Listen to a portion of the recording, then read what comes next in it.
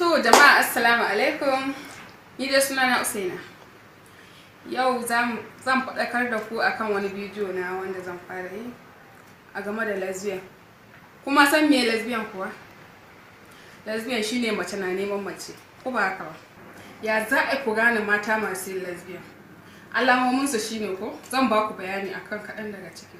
Shine za ka ga mace kana zaune da mace, za ka ga mace na ɗan kashe maka ido haka, ko kuma kana ganin mace dai tana ɗan shashafa ka haka, tana maka da irin abubuwan da namiji ya kamata ya dinga maka su.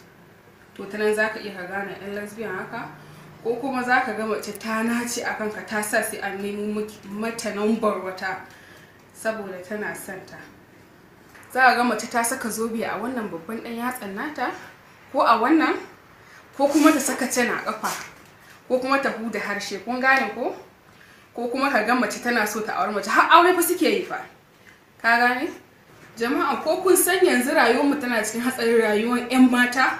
Za a ga budurwa, bazawara, kai har matan aure fa, idan ma ku ga mace sun cika shakuwa da mace, to wallahi ku bincike su, akwai wani abu a ƙasa. To don haka ta yanda za mu gane mata 'yan lesbian kenan. Mata 'yan uwana, ko kun san lesbian yana da illoli da dama?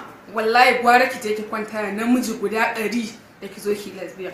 Amma bari in bar ku daga nan, lokaci yana ɗan hararana, mu haɗu a kashi na gaba.